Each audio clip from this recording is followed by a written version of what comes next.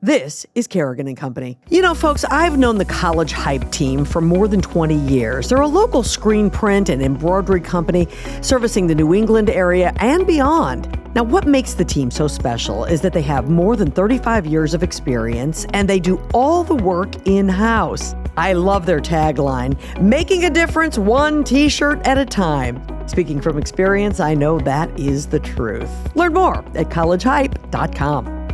This is Kim coming up on Kerrigan & Company, from beer and wine tasting to looking for the missing.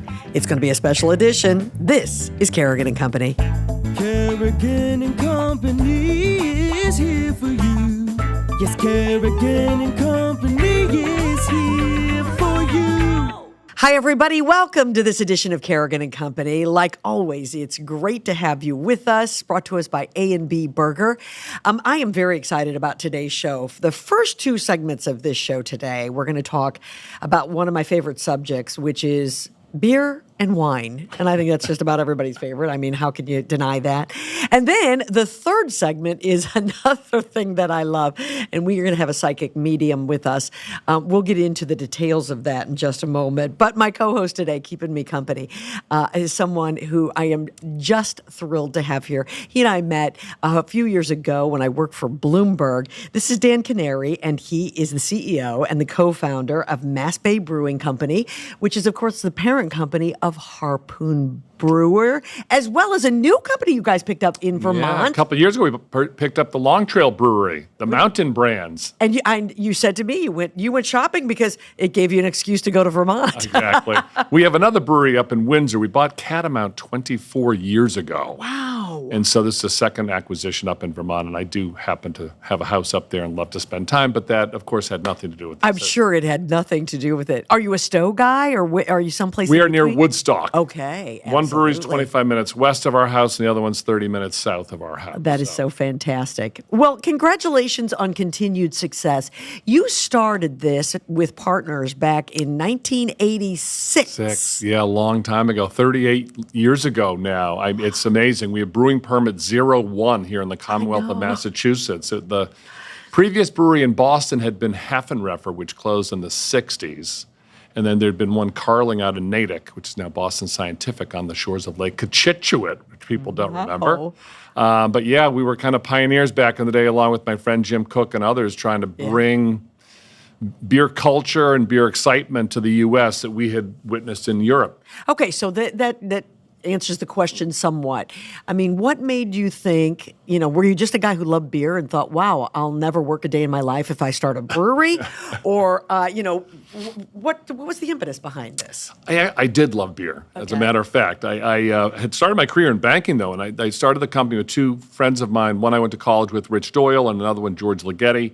And we all really liked beer, but we'd all had that backpacking in Europe experience where you're going to these communities and there'd be a brewery in town that making this type of beer and it'd be hundreds of year old, and you're like, this is phenomenal. It's fun. Why can't we have that in the U.S.? Everyone is happy. Everyone's happy. They're relaxed. The breweries are right in the center of town. Here, if you wanted to visit a brewery, it was in an industrial park out in the interstate someplace. Mm-hmm. There was no romance about it. Sure. So he said, gee, the number one consumer market in the world is not delivering something here that I think consumers would want. And we'd seen what had been happening with ice cream and coffee back in the 80s. Yeah.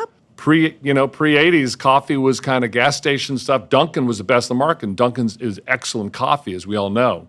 But then you start to see Starbucks, Coffee Connection, others, Haagen-Dazs, Ben & Jerry's, and ice cream. Absolutely. Who American consumers are willing to pay more for perceived quality and something with a bit of a backstory about it. Sure. That gave us courage. So how did you learn to brew beer? And the beauty is I didn't. We hired a great brewer out of UCal Davis. He'd never been east of Reno when I picked him up at Logan in August of 1986. UCal Davis had the foremost fermentation sciences undergraduate program in the country. Started in the 1930s to encourage the California winemaking industry. Yeah. They'd usually graduate 5 brewers. Anheuser-Busch would hire 3, and Miller would hire 1, and we ended up getting Russ. And so I came at it from the consuming end and had some business experience. And so we hired Russ Heischner, who is still in the brewing business and a wonderful brewer. Fantastic. And where did Harpoon start? The name. The name. We were casting about for a name. We knew we wanted to be on the waterfront in Boston. No pun intended. We were casting about. And came up with 2 syllables. Yep. something that would look good on imagery. Yes. Easy to say, and that we could have a lot of fun with. And we evoke the nautical history of New England. I remember going down and spending a day at the library in the Mystic Seaport Museum, for example, looking up names of old schooners and everything else. And when we heard Harpoon, we kind of said, this is the one that we want. Absolutely. And the rest is history, right? The rest is history. Yeah. Tell me about the beer business. Man, you know, I had a beer with Jim Cook in June, and we were talking about how things have changed and how it's a very different world, that we've succeeded beyond kind of our wildest dreams in creating this beer culture here in the United States. There's no place that's a more exciting place to be a beer drinker than America, and that is the polar opposite from 4 decades ago. The downside of that, as a business person and a brewer, you know, when we started our company, there were under 100 breweries in the whole United States, and now there are over 10,000. Wow. So you know it from going into a store. It's not a pleasant shopping experience these days. You kind of look at that beer wine like, oh my gosh, how am I going? I just want a 6-pack. How do I choose? Right. So it is tough. It's a tough business right now. The economics of our industry are not good. And give you an example. You know, we purchased Long Trail, and we ended up with a lot of equipment, good equipment that they'd purchased over the previous 10 to 12 years, that we auctioned off and got maybe 15 cents on the dollar. Really? And we were okay with that because that's what the market is. Right.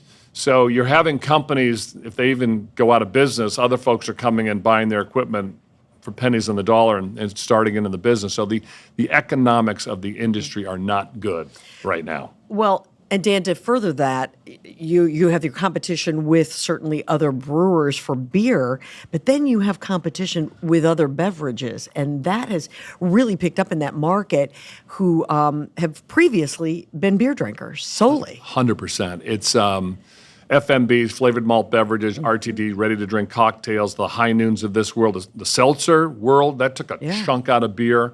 And did you guys see that coming, or did you? We really did not. We didn't see the extent of the jailbreak, put it that way. When everyone started to go to cans, and then people canned cocktails, it just made a lot of sense. And so when the seltzer world started to develop, cider's always been over there too, but this cocktails in a can business, and you go into the stores and there are hundreds, if not thousands of SKUs that are just blending all of these lines between spirits, beers, wines. It's like, which in a lot of ways is good because it's giving consumers what they want, but it's also just creating tremendous confusion at wholesale and retail. And then throw on top of that, out there in the outfield someplace, all the THC, the cannabis products. And in certain states, we're watching Minnesota closely. It's kind of the Wild West where they've legalized almost everything. And beverage cannabis is becoming a significant player out there. Yeah. So, you know, the overall beer market is declining slightly. And it has been for quite a while. And I saw a stat of Massachusetts, and this is a serious stat in our industry. In Massachusetts, in the last 10 years, beer consumption is down 30%. Really? Per capita beer consumption. And you attribute that to where do they go? That's right. And that's a huge swing. It is a huge swing. So a lot of headwinds. Still a wonderful business, great people, but a lot of headwinds. Talk to me about the idea of THC. Will you guys be all in? Right now, we're not. We've dabbled with partners. You know, every state, it's so hard because the state regs, the feds, it's illegal at the federal level. So we can't make it without losing our brewing permit, our federal brewing permit. So we can't make it at our facility. Then for a time, you could sell the Delta 8, but not the Delta 9. This is kind of inside stuff. One comes from hemp, the other comes from the cannabis. So, but we're watching it closely. I think longer term, it's going to develop because, you know, people have socialized with beverages for thousands of years. I think if you can make a THC beverage that delivers you that kind of consistency, and I'm not sure a lot of this is possible because THC interacts differently than alcohol does, right, with people. Right. But if you could have the level of predictability at a fraction of the calories without a hangover, why wouldn't it do well? Right. So again, I don't think maybe you're not going to have a 6-pack, but you know, I think as opposed to popping a gummy and then drinking water, people might say, gee, yeah, I'll have a few of these. Again, it's just going to further muddy the waters between all these traditional beverage classes. Absolutely. Yeah. What do you attribute that shift? Why do you think the country and these traditional beer drinkers, why do you think they shifted? I mean, I'm looking at, and you and I were talking about this off the air, but I mean, I'm looking at a lot of the young people in my life. I have a lot of 20-somethings in my life. And while they still drink some beer, for sure, they drink a lot of, high noons. Yeah, they started with White Claws. They've shifted to high noons. They drink a lot of that. Why do you think that's? And by the way, it's not just a woman. It's not. It's not just the females. Not. And that's really was a seltzer breakthrough. People thought like, oh, it's just going to be females. And it's like, no. The guys are buying 12 packs and pounding. Check out Happy Dad, which is a product we follow. And that's really, it's a seltzer, but it's 100% skewed towards males. And that's kind of helping to make seltzers and those kind of beverages perfectly acceptable for guys to bring to a party. I think vodka got that halo effect 10, 20 years ago. Wow, it's clear, it's clean, it's less calories, it's got to be better for you. Well, of course, very little of that's true. But so I think folks associate that, hey, it's clear, it's probably healthier for you, it's lighter, fewer calories. Well, again, a lot of that stuff's not true, but people have that perception. I think in the beer side, we used to love them or hate them, but when AB, Anheuser-Busch, was Anheuser-Busch, before they were purchased and became ABI, and the Busch family was in charge, especially August Busch III. They were the leaders of the industry, and they had tremendous pride in beer and beer beverage. And they would actually advertise about beer. And we've gotten away from that entirely. Like beer's an all natural. It's 4 classic ingredients that have been made together for thousands of years. Sure. A lot of this other stuff's concocted someplace. And mixologists, you need a chemistry degree. And I don't think people understand that. And I think we've gotten away from talking about the benefits of beer as an 100% all natural product that people have been consuming, again, for thousands of years, like wine. Yes. And part of a healthy lifestyle. I'm not making any medical claims here, but in moderation, it can be part of a healthy lifestyle. So I think we need to get back to that a little bit. Absolutely. Let's talk a little bit about some of the special beers that Harpoon comes out with throughout the year. What's your favorite? Do you love the seasonal stuff? Do you like that? I love seasonal beers. We Harpoon Winter Warmer has been around since '88. It was the first seasonal beer made by any craft brewer we know of east of Colorado. Really? Coors Winterfest. And so we've been in the seasonal business longer than anybody, almost, And we love it because beers, again, it follows a calendar, and that I wouldn't want to win a warmer now. Right. But I'm getting ready for Flannel Friday. I had a sneak peek of Flannel Friday, which is our fall season, and it's very, very good. And we're doing a fun one right now with LL Bean, which is kind of a harvest lager. It's a rich Helles, I call it, which is a German style, and it's delicious. So I do get very excited when we're doing kind of new things. Well, you guys are doing something new, too, with Holy Cross. That is so fun, Dan. It's so fun, and I'm a Worcester guy. Are you? And my grandfather was a class of 1915 at Holy Cross, went right off to fight in the First World War. But my wife and all 5 of her siblings, my father-in-law, a son, all were Holy Cross. Oh, for goodness. So I have, I don't have purple in my veins, but I have a real affection for the school. We were married by Father Brooks, and so delighted with this partnership, and it's a great beer. I've had a couple of those. I took a couple of those off the line, took them to the beach with me this weekend. So I sneak peek. Sorry, I bet you had a bunch of people looking over your shoulder. Yeah. They wanted to know what that was all about. It's been fun, and the nice thing is it can support programs at the school, which is kind of a fun thing to do. Which was the next thing I was going to say. I love these concepts of these that you partner and you give some of the proceeds, and that's a fun, cool thing to do. It makes beer fun. It's so true, and 38 years we've been in business. We located the brewery where we did to be close to downtown so we could always be accessible. We run festivals, as you know, et cetera. Hundreds of thousands of people that visit us every year. I've always loved that we have a product that lends itself to doing good, that we can give, I'm running a golf tournament for my buddy who's sick. Here are 10 cases. I'm running, we run the 5-miler. We've raised over $3 million now for ALS research. Wow.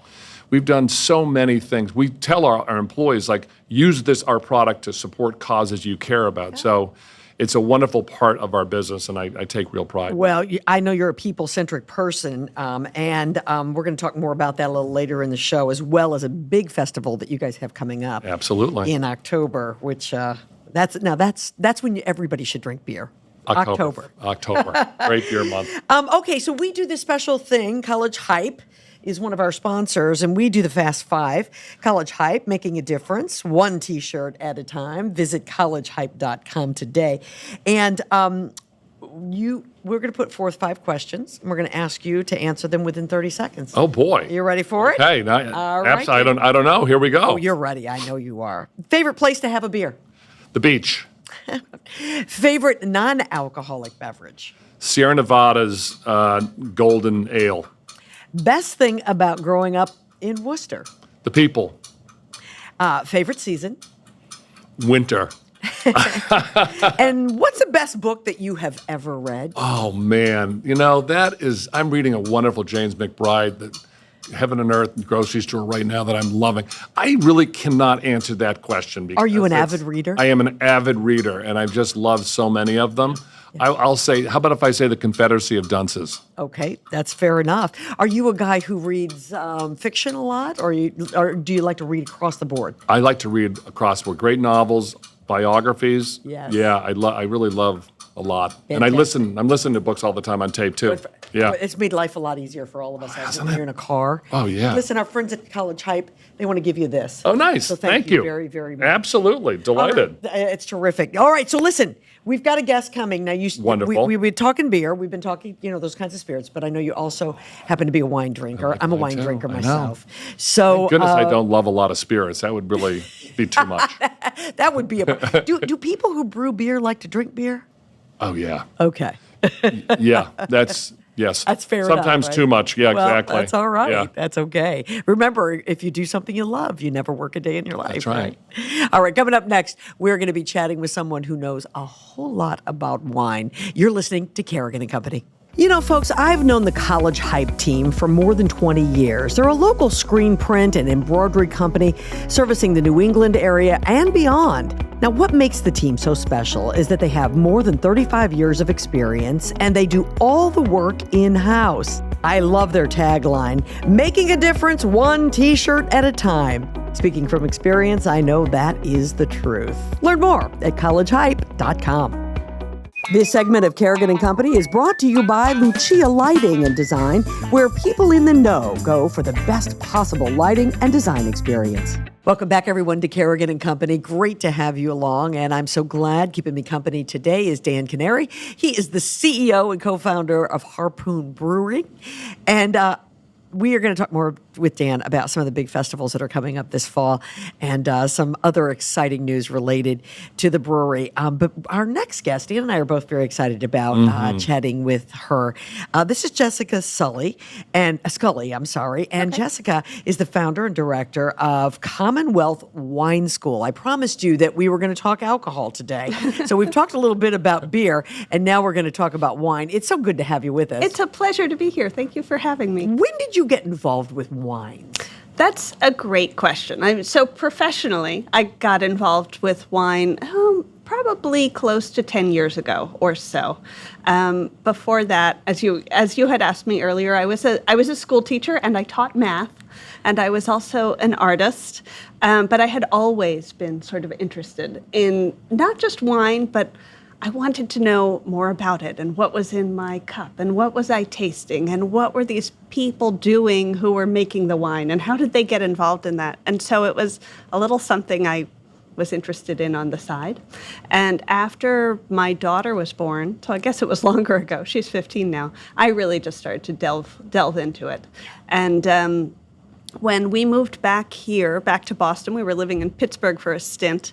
In 2015, I really started to teach seriously here for the wine school that was here, and I've been involved ever since. We opened our school in 2020. Oh, God. So Great our year, school right? has been in Harvard Well, Square a lot of people needed since- to drink wine during that That's time true. period. Yes. So It was a difficult time for everybody, and yet everybody was a little bit more interested in the alcohol that they were consuming. I'll say that. I'm going to ask this, and I think both of you can probably answer this question, but do you really believe that people's palate can identify what is a better wine or a better spirit as opposed to one that's maybe a little cheaper and not so good? I do, absolutely. Yeah, I think I think a palate, like a lot of crafts, actually can be honed. And you could teach yourself a lot, and you could teach yourself how to recall aromas and flavors. I think they say that we could keep something like 4,000 different aromas on sort of the tip of our tongue, so to speak, or the tip of our brain.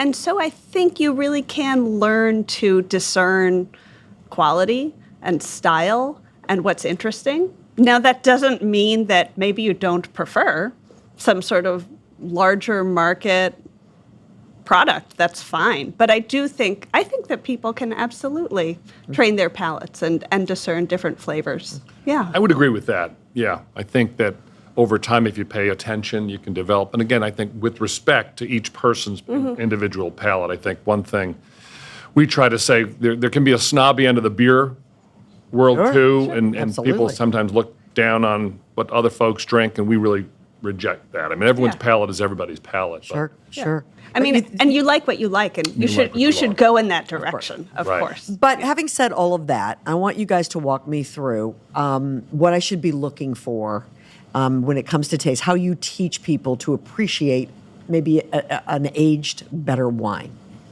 Yeah, I mean, that's a great question. So we're a wine school, but actually we're also a beer school and a sake school and a spirit school. So we really tease apart beverages in general. And primarily, we offer a program that's a British educational program called the Wine and Spirit Education Trust. And it's one of the most widely recognized certification programs out there for enthusiasts and also professionals.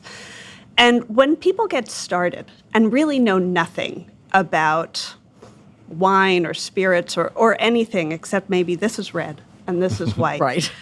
I think it's really important to start with, okay, this can be intimidating. This could be scary because there is this snobby association, I think, with the world of wine that we want to get away from.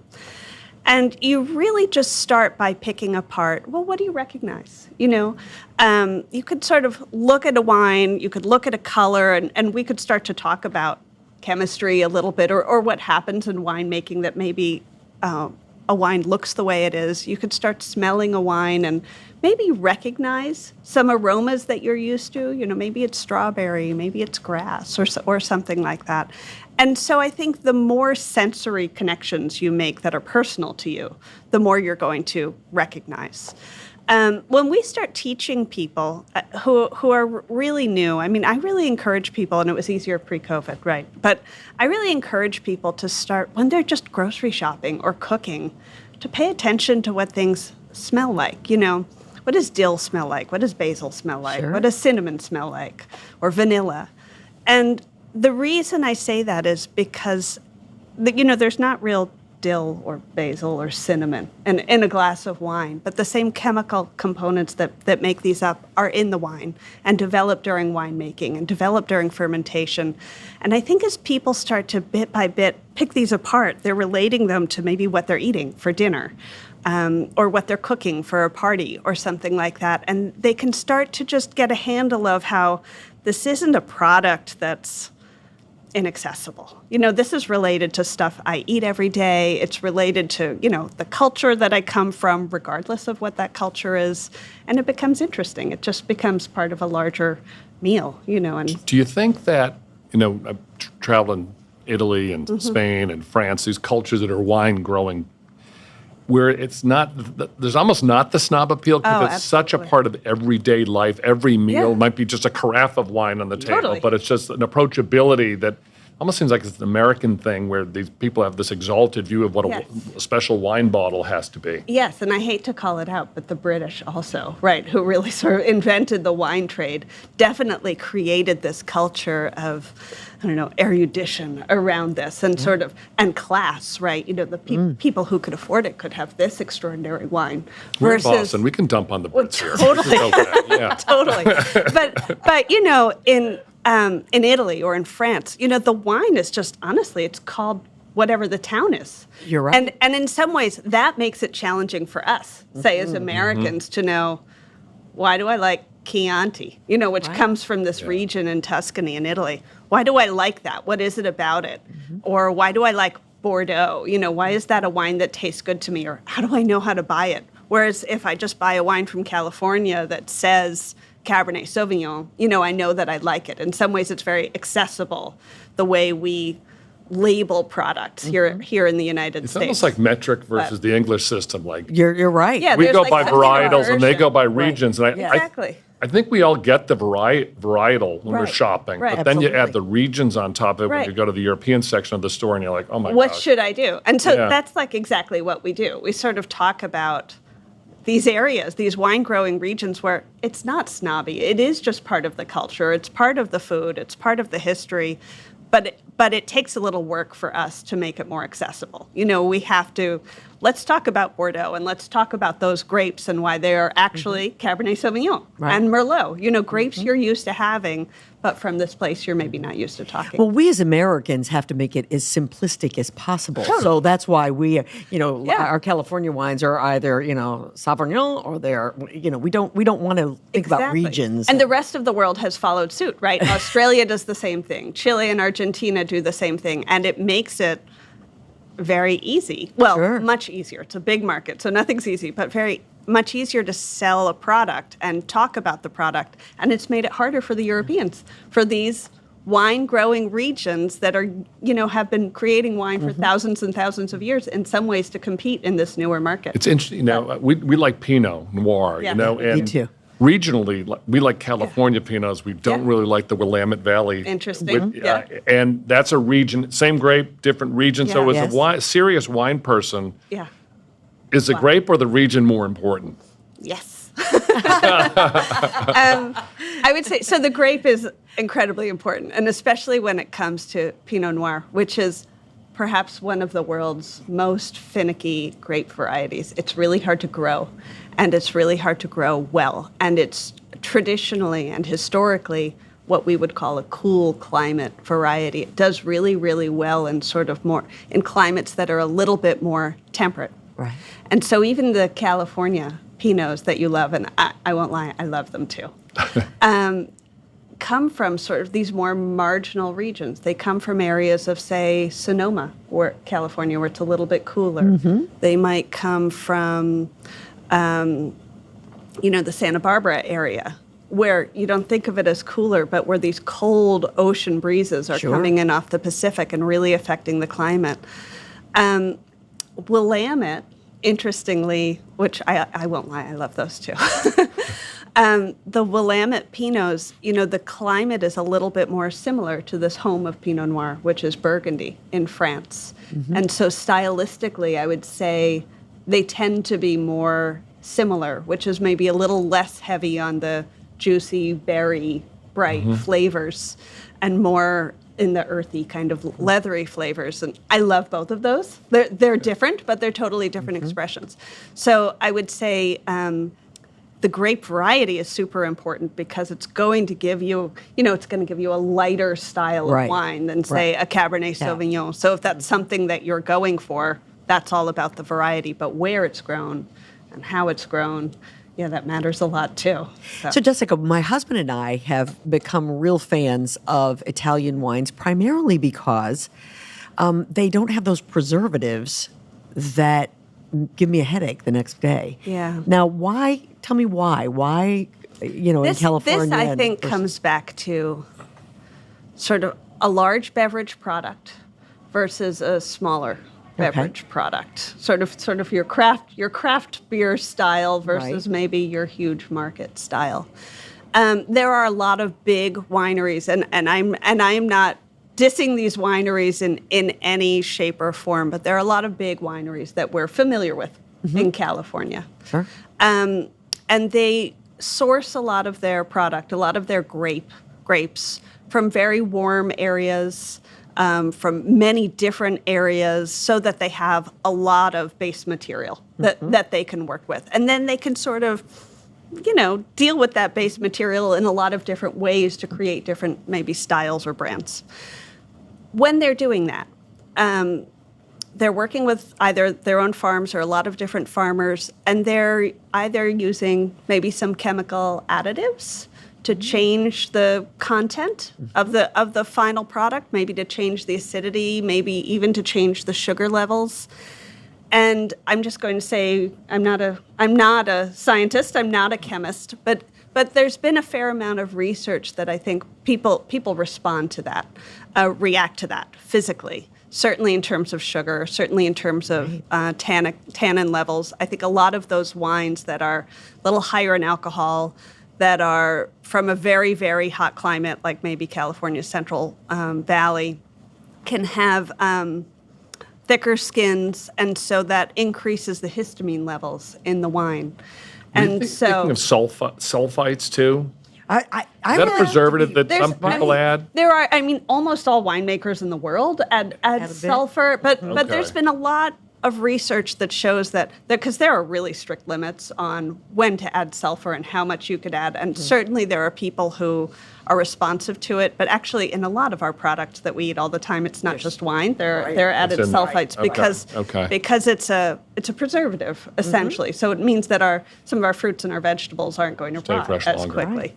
It seems to be more like this alcohol and tannin level that sort of gets your histamines and your immune response going. And that seems to be what people are responding to. If you're in Italy, and actually I'm bringing a group there in a couple of weeks. I love going to Italy, those wine regions. Come with us, you both should. If you're there, you tend to have much smaller farmers in general. Are there big growers and big producers in Italy? Yes, of course. But not at the same scale, I would say, of our largest beverage producers that we might have in California. You tend to be working with smaller farmers. The EU and Italy, for sure, and France is like this, have very strict requirements as to growing conditions, yields, what can be added to the soil or the product in terms of either acidification or deacidification, to alter the product in order to call it what it is. If you're going to talk about a Chianti or a Barolo or a Valpolicella or something like that, in order to call it that, you have to, as a producer, follow incredibly strict guidelines that are legally controlled, that have chemical analysis and taste analysis before you ever are able to market your product, even within your little town. Wow. And so I think, the quality of what you're drinking is just maybe a little bit more controlled. So, Jessica, we're running out of time here. Very quickly, I want you to tell everybody about Commonwealth Wine School. How can you get in? Tell me what is offered. We are totally open to everybody. Right. So, assuming you're 21 or over, we are a school that's physically in Harvard Square in Cambridge, but we're also online, and we have satellites in Maine and New Hampshire as well, and partner school out in San Francisco. So we are a school that teaches about wine, we teach about beer, we teach about spirits, we teach about sake, and we teach for everyone. Whether or not you just want to know what's in your glass, or you work for a distributor or a producer, and you want to sort of know more so that you can gain some career knowledge and specialty, we are here. So you can come and find us in Harvard Square. Our website's a good place to start. We're at CommonwealthWineSchool.com. And from there, you can see everything that we're offering. Come join us online. Trips. Including wine tours around the world. And certainly we have our date night classes also that we have in Harvard Square. So if you don't want to delve in because you're a little nervous about diving too deep, just come and hang out with us on a Friday night. We have a lot of fun.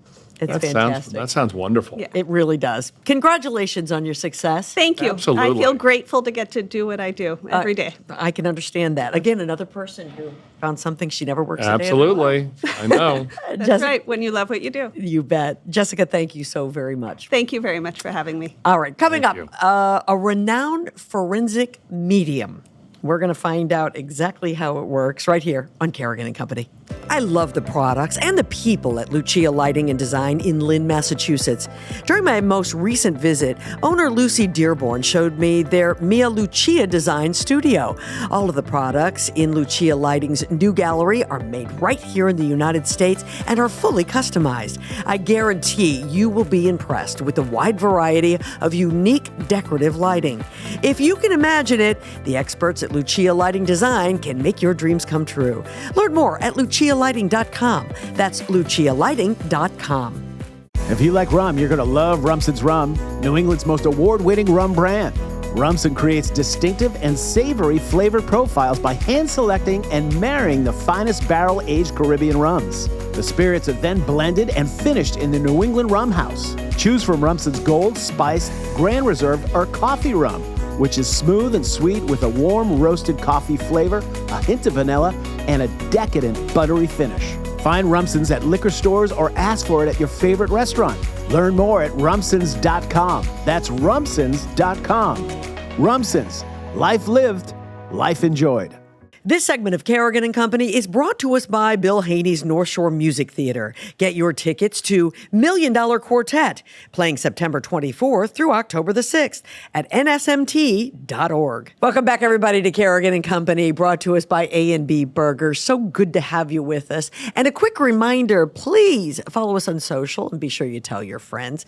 So glad that Dan Kenary from Harpoon Brewery is with me, keeping me company today. And I'm very excited because our next guest is a forensic medium, and this is her book, Forensic Medium, The Power of the Unseen. Sheila Marie is with us. She is a local girl. Yes, I am. Good to have you with us. Thank you so much for having me. I appreciate it. It's so great to have you thank here.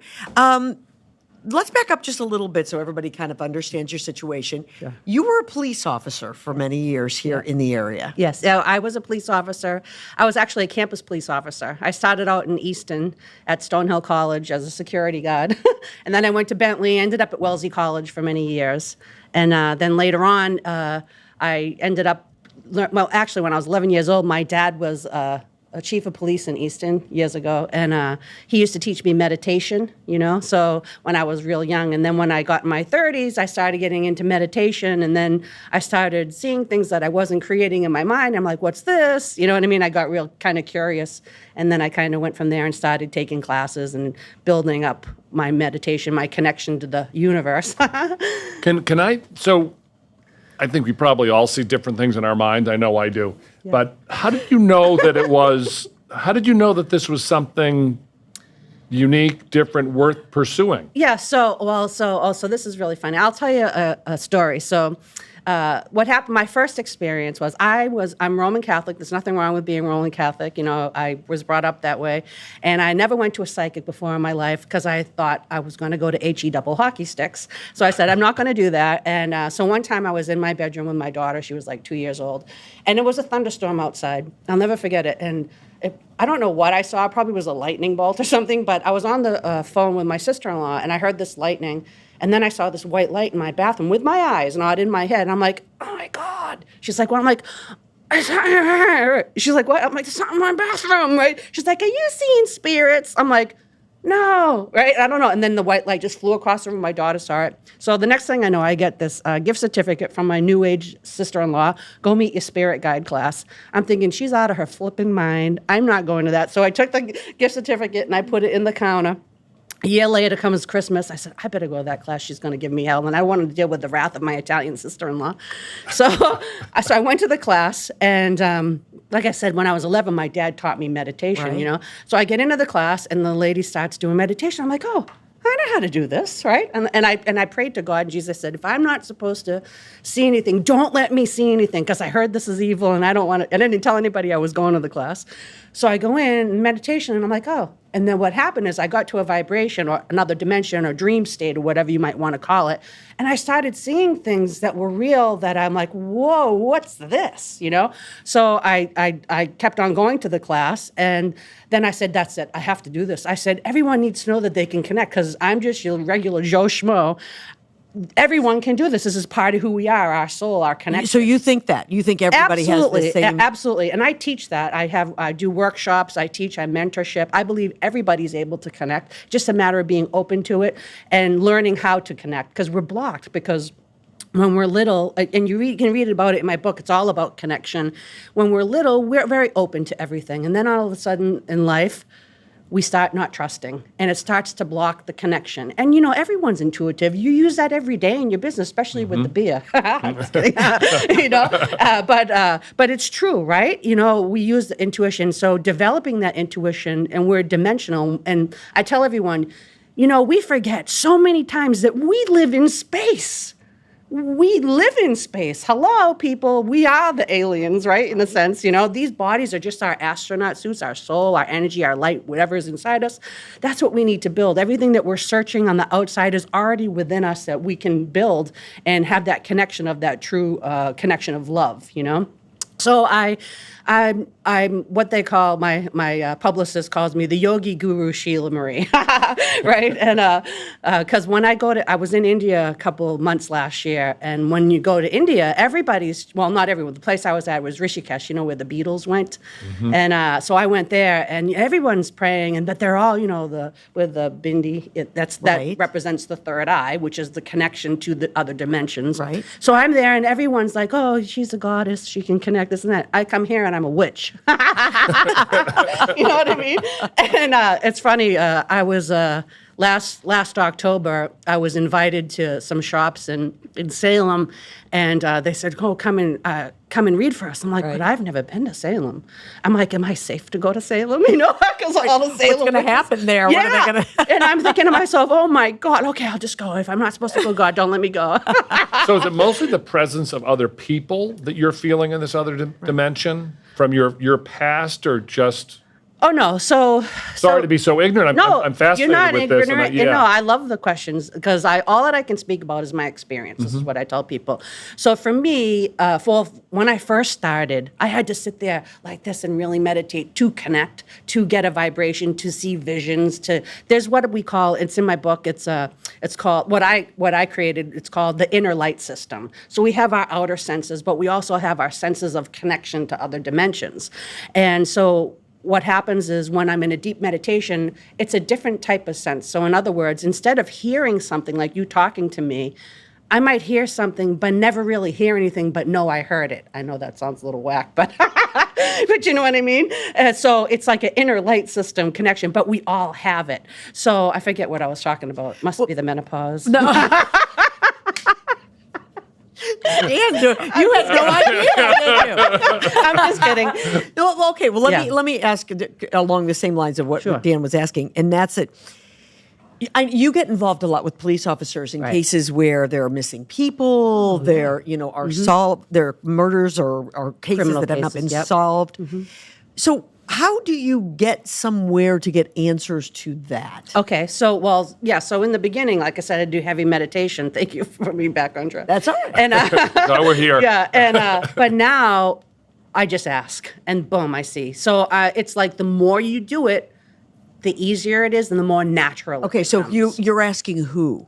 Oh, so in the book, I always talk about spirit. Spirit to me means the universe, connections. Yeah. A lot of people do a lot by definition, and I teach natural. So when I was being taught, everything was clairsees, like a clairsentient, a clairaudient, which is like you see visions. Well, I don't agree with that. I just believe we all have an inner light system, and you can connect and you can play the piano as best you can with that, with all your senses. But I don't like to define anything, Okay.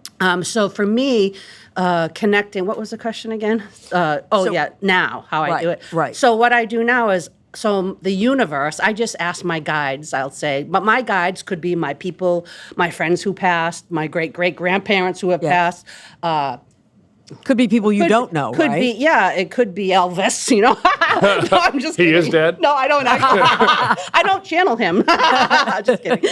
No, but it could be Leonardo da Vinci, you know what I mean? Yeah. St. Francis, So what I do is I just trust my higher power, my higher consciousness 300%. And I know that the divine, in other words, other dimensions that are higher spiritually, maybe not spiritually, but on a higher consciousness, have got my back, So in order to connect, you got to give that up 300%. Right. And if you don't do that, you block it. That's the key to connecting is letting go and letting God. In a So, sense. Sheila, I know that you are not surprised by this next statement. There's a lot of people who are listening right now or watching, and they don't believe anything that That's okay. you're saying. Right. I'm a believer. I know this is not. Only reason why, because that was me. I was the biggest skeptic. Sure. The only reason why I believe is because I'm able to understand it because it happens to me. Sure. You know what I mean? So give a few examples, if you will, about how you have been able to connect and then solve some of these crimes. And some of these. So I'll tell you what happens to me. So I never chose to do forensics. It fell in my lap. Okay. Honestly, I was finding the Babe Ruth piano one time. They actually tricked me into finding it, and so I'll tell you that. You want me to tell you that story? So, anyways, I was working with this man. His name's Kevin. I don't know if I can say it on air. And his friend Lee. They were historians in Sudbury, Mass. And they called me up and they said, hey, Sheila, how do you feel about coming out and standing in a field and telling us things that you can see? I'm like, okay, it's good practice. So I went out there. Didn't tell anybody what I was doing on Sundays because my life was separate. No one knew that I was a medium because it was embarrassed because I didn't want people to judge me because of politics and everything. Because I judged myself, seriously. So it took me years, Now I don't care because I've helped thousands of people. If you don't like me, it's okay. You don't pay my bills. You don't come to my house for coffee. That's the way I look at it, right?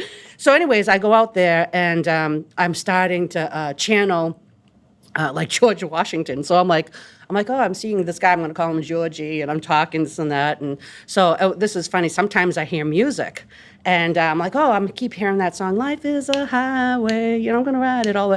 And they're like, and I have no idea because I was not a historian at all. Like in school, I slept in that class. And they told me later on, they're like, Sheila, have you ever heard of the Highwaymen? I'm like, no, what's the Highwaymen? Oh, well, George Washington was one of them. He stopped in Sudbury, and where we were at used to be an old tavern. I'm thinking, oh, my God, right? Because I didn't know where I was because they took me and they covered everything. Yeah, it was really kind of cool. So that was one of my first experiences. So anyways, I went out there every Sunday for 6 months, and we got a whole bunch of information on the Revolutionary War. It was really cool. We were working with Smithsonian information, and what they do is they don't tell me anything. I know nothing that's going to happen, okay? So one day we go out, and I'm out there, and then I'm seeing a pond, and in my mind's eye, I see a flash of the green monster at Fenway. I'm like, hey, this is that baseball thing, because Kevin had mentioned earlier on, 6 months ago, that he had been searching for the Babe Ruth piano that the environmental police have been for like 30 years and no one could find it. I'm like, he goes, I don't want nothing to do with this because I was incognito, and I'm like, I don't want people to know. He's like, just give me 5 minutes. I'm like, okay, fine. And then we'll go back to work. So I get up on a hill, I pick up a stick, and I start seeing flashes of nautical marks. So I asked Spirit, Spirit meaning the universe. Okay, Babe Ruth, whoever you are, tell me, you know what I mean? And I just see flashes, and Kevin and Leah writing everything down. That was it. I'm like, okay, so we started working. Well, they tricked me the next day. They had state divers, and they had not a certificate, what's it called? A permit to go in the pond the next day, and they found the veneers in 10 minutes. And I'm like, no, everyone's going to know, right? They were so happy. And that news went all over the world, Japan, India. I wanted to die. I was so upset. You'd think I would be happy. No, now everyone knows that I'm a medium. I'm like, oh, great. I'm like, it is what it is. The God said, you're coming out today, girl, right? and then the next thing I know, Kevin's like, we should help people find people. I'm like, no, this is too much for me. This is just a Sunday afternoon fling, And so next thing I know, he's like, okay, here's the case. He goes, I'm just going to tell you her name. I'm like, okay. So I learned how to do forensics with Kevin because he would ask me certain questions. God bless him for that, because then he went on his own way, and then I know how to ask myself the questions, So when I get a case, a family will come in. I'll use this example. This is actually a very notorious case that I worked on in one of the, I don't mention where I work, but one of the big cities. Okay. And it's a very old cold case. Very rarely do I work on cold cases, which means that the case is not active. You know? It's like a 39-year-old case. And a woman comes in and she goes, I have a name. I said, okay, just give me the person's first name. Don't tell me anything. I don't even know if it's a cold case, a murder. Could be someone down the street, whatever. I said, and what I do is I become the policewoman too. Right. Let me take your information because I don't know if they're suspect. I've had that happen to me a couple of times too. I have to protect myself. So I said, why don't you have a seat? And I said, what I'll do is I'm going to go in my head, which is like a meditation. But when I meditate, my eyes are open. So I said, I'm going to go in and I'm going to write in front of you. And what I do is I draw maps. And a lot of times what I do is I'll just do lines and stuff and write a word here, there, this and that. I have no idea what I'm doing, but I just trust the universe that they're telling me what I need to. So I'm doing this for an hour in front of her. And then I said, I don't want you to say anything to me, but I'm going to read this to you. And she's crying. I said, you understand this? I said, so I tell you what, give me 2 weeks, and in 2 weeks we'll meet again. And I'll see if I get any information. But what I do is when she leaves, I don't go in and say, okay, Spirit, show me. I just live Sheila's life, you know? And I said, if Spirit meaning the universe, wants me to know something, they'll let me know something. Well, this was my first experience with dreams. And this is how I knew it was a calling for me, because I'm not asking to get dreams. You know what I mean? I'm like, what the heck? And at the time I was married and my husband was police, and he would wake me up at night. you're having one of those dreams again. And he's very close, And so anyways, make a long story short, I had dreams of a little boy in front of me. I'll never forget it. And when I have a dream, it's like the lights turn on, like football lights, football lights turn on. And I'm like, I can hear everything really clear. And I'm seeing the top of the head of a little boy. So anyways, this little boy is taking me through the crime, everything that's happening every night for 2 weeks. I wake up and I write everything. I'm thinking, oh my God. And by 2 weeks, I cried, please don't give me any more. I can't do it. I want to just sleep. You know what I mean? And so the woman comes back and I give her all the information. And she's crying. She understands. So I said, now you need to tell me everything. Who is this and everything? And so she tells me. And during that time, I saw the murderer, clearly, and I drew his face as best I could. But when I'm in spirit, when I'm connected, I should say, I'm the channel. So here's the spirit world, here's the open tunnel, and here's the person. I'm the open tunnel, and everything just funnels through me. I drew the person's face. I can't draw an apple for the life of me, but I drew someone's face. Whoops, sorry. And so anyways, so a couple weeks later, because I'm in connection with the missing persons unit with that city, and they gave me a couple of choices. There's 3 people. What do you feel? And I said, oh, this person, 300%.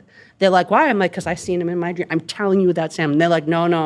Well, it turns out this person was already in jail. He was questioned about the crime anyways, and they ended up getting a confession out of him.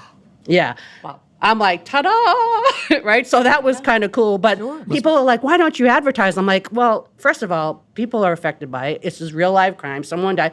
It's not a happy time, Right. I don't want to market. But you help people. Yeah, right. I help people, And do I do that all the time? No. Do I do cases every day? No. Sometimes a case will last from 1 hour to 3 months. Am I available? Absolutely. What I do is I just ask Spirit, if I'm supposed to help someone, just bring them to me. I don't go looking for it, Right. A lot of what I do is pro bono. I don't, I ask for my time, but, I'm not in it that's not why I'm doing it. I'm doing it because I can help, But I'll be honest with you, my thing lately is really just teaching. I love to teach people that are already connected to be able to do this. To do it. Right. Yeah.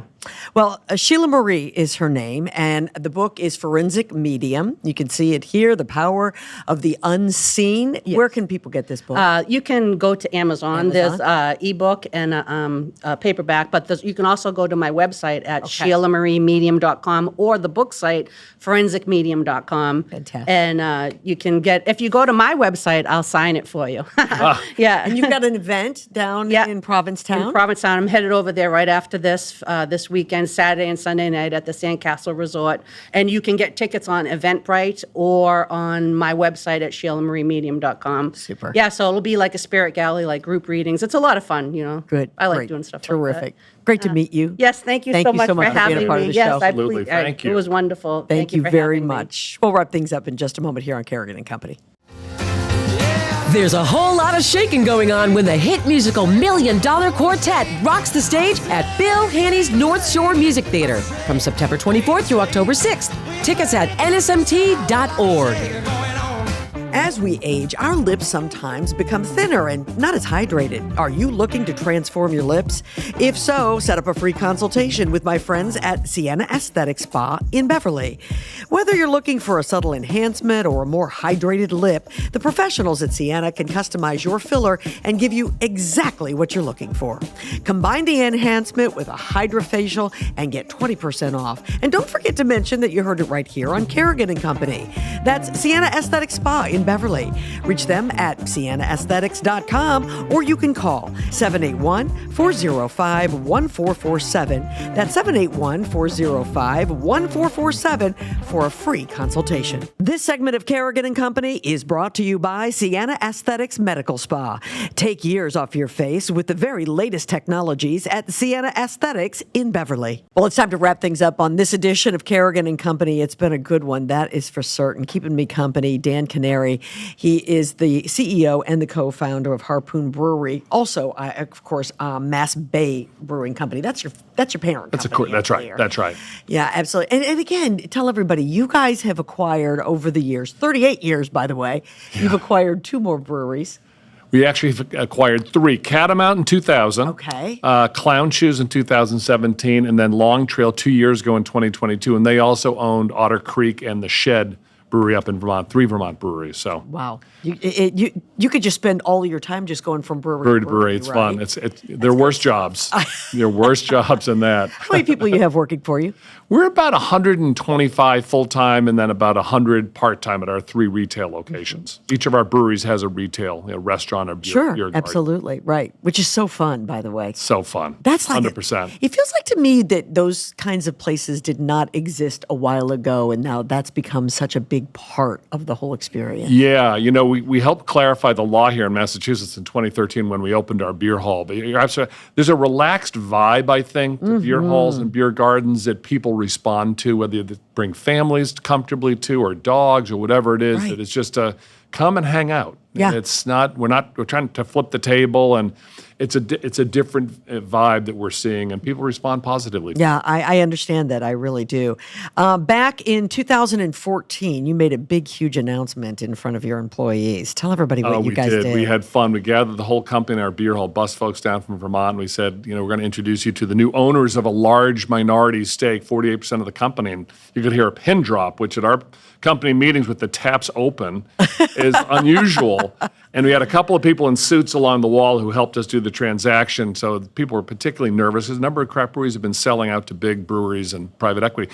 But we said, you are all now the co-owners. We put it in place a Harpoon employee stock ownership plan. So we're an employee-owned company, and we're incredibly proud of that. Absolutely. And I bet you've had people who've been with you from the beginning, and they'll stay with you. We have an exceptional group of people, and it's really why I wanted to do that rather than take a check and go off into the sunset. It was I didn't do this alone. We did it with a group of amazing people, and we still do today. And so the ability to kind of share that with them, that drives me more than me just getting a paycheck. Well, and I have to say, that's very kind the way you've put it, but I also believe that really motivates your employees. I mean, you got some skin in the game here. 100%. And that makes, just the work atmosphere just that much more electric, I would Getting assume. people to think like owners can be a very powerful thing. I can only imagine. October is the time of year when I drink the most beer. Wonderful. I need to come back. I hope I'll bring you the do. beer. I hope you do. You guys have a big event in October. We do. We had our first in 1990. So what is this, 34th or 5th year of Oktoberfest at the Harpoon Brewery? The first Friday and Saturday of October. I'm forgetting the actual dates here. It's like I think the it is 3rd the and 4th 4th and the or 5th. 4th and 5th at the brewery under tents, and we usually have thousands of people having a wonderful time. And we have now people coming to Oktoberfest whose parents met at Oktoberfest. Really? And it's gratifying to think that we're helping, that we brought people together over the decades, and people just come and have fun. It's a joy-filled weekend. And so I would strongly encourage folks who've not been there to give it a try. You can only imagine, folks, this is lots of beer, lots of food, lots of music, and just generally lots of fun. It is. And a combo of fun dance bands, and then the great Oompa, the German Oompa bands, and Stein holding contests. I was just going to say, there's got to be Steins. There's Steins. It's just fun. It's a very, very fun weekend. That is terrific. And what can everybody look forward to one more time when it comes to Harpoon beers coming out here in the near future? Fun beers. I said the LL Bean beer is out now. The Holy Cross beer we talked about earlier, that really just was packaged this week. Flannel Friday is hitting the shelves very soon. And then, of course, not long after that, we've got Winter Warmer and the winter beers coming, which we won't rush. Yeah. But it is a fun time of year to be a beer drinker. Fantastic. Thank you so much for being part of Kerrigan & Company. You're welcome. Enjoyed every minute. I have so enjoyed it. It really has been a lot of fun. I hope you will come back. Absolutely. Thank you. And continued success.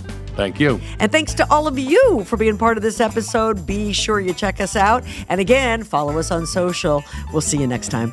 Thanks, everybody, for listening to Kerrigan & Company. To find out who will keep me company and be my co-host on the next episode, be sure you follow us on Instagram, Facebook, X, and TikTok.